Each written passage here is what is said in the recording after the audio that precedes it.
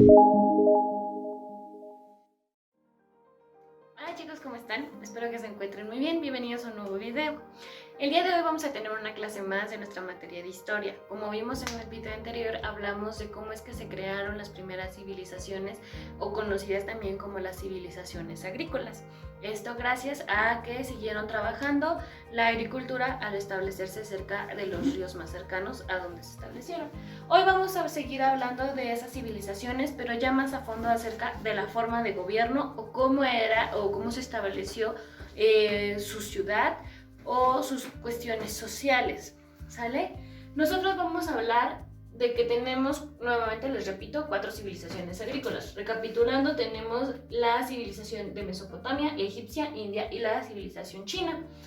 Todas estas compartían características en cuanto a su forma de gobierno, cómo estaba su estructura social y también los aportes científicos y tecnológicos que dieron y que hoy por hoy se reconocen. De manera general, todas estas civilizaciones concordaban en una estructura social, todas estaban jerarquizadas. ¿Esto qué quiere decir? Que hasta el punto más alto o con más estatus estaban las personas que eran jefes, digamos, o emperadores, que eran los que gobernaban, los religiosos y los militares. Abajo de ellos estaban todos los subordinados. Los subordinados eran los campesinos, los obreros, los artesanos o los esclavos. Finalmente, bueno, así es como estaba estructurada su sociedad de manera general. Tenían un gobierno centralizado. Estas civilizaciones se caracterizaron por tener un gobierno centralizado. ¿Eso qué quiere decir?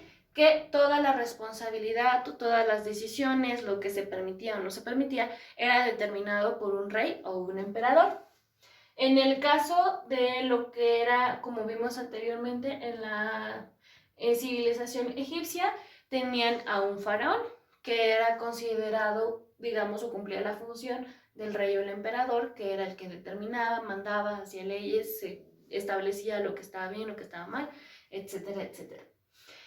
Tenían una característica principal, o que ahí sí a lo mejor podemos dividir un poquito dentro de todas las características que tienen las civilizaciones, y es que principalmente la civilización china y la civilización egipcia tenían la idea o la mentalidad de que los dioses o los dioses en los que ellos creían eran los que elegían a los gobernantes, y a esos gobernantes les daban el poder de mandar o las habilidades de poder gobernar a su pueblo.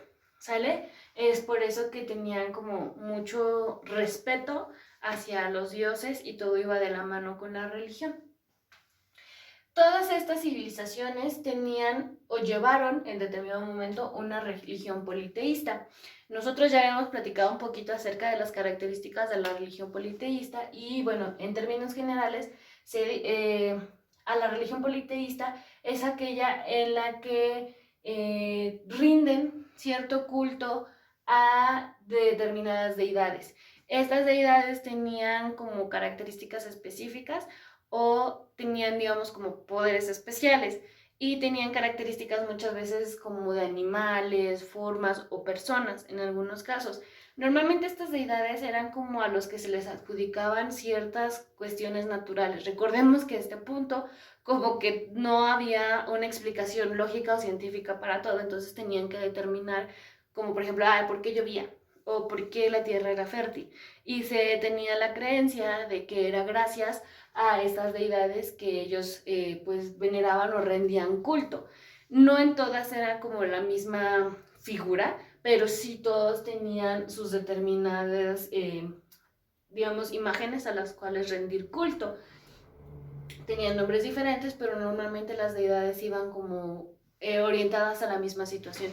Y yo les comentaba que incluso México en determinado momento, antes de que vinieran los españoles y fuéramos colonizados y toda esa historia, México sí tenía una religión politeísta, porque teníamos diversos dioses. Ejemplo, a lo mejor está lo que es Tlaloc, tenemos a lo que era la serpiente emplumada, había una diosa de la fertilidad, ¿sí? Entonces toda esta situación, México tenía una religión politeísta a base de dioses y estas civilizaciones también la tuvieron.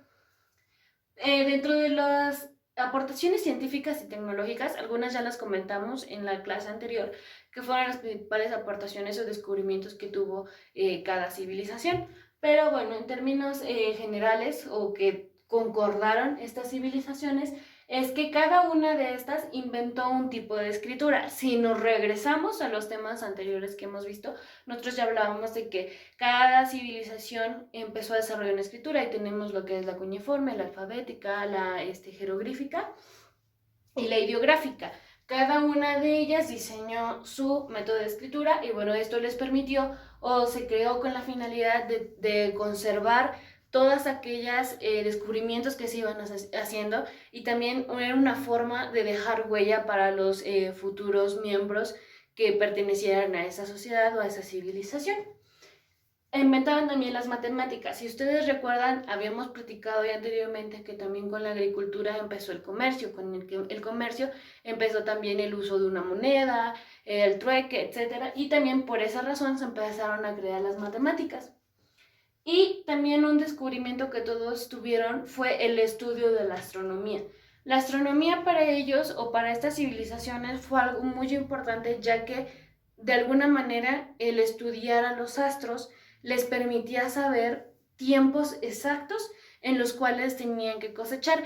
Incluso hoy por hoy, en algunos lugares de aquí de México, muchas personas, normalmente las personas que ya son grandes de edad, siguen teniendo esta noción, ¿no? De que de acuerdo a lo de cómo esté la luna en determinado mes, es cuando tú tienes que sembrar.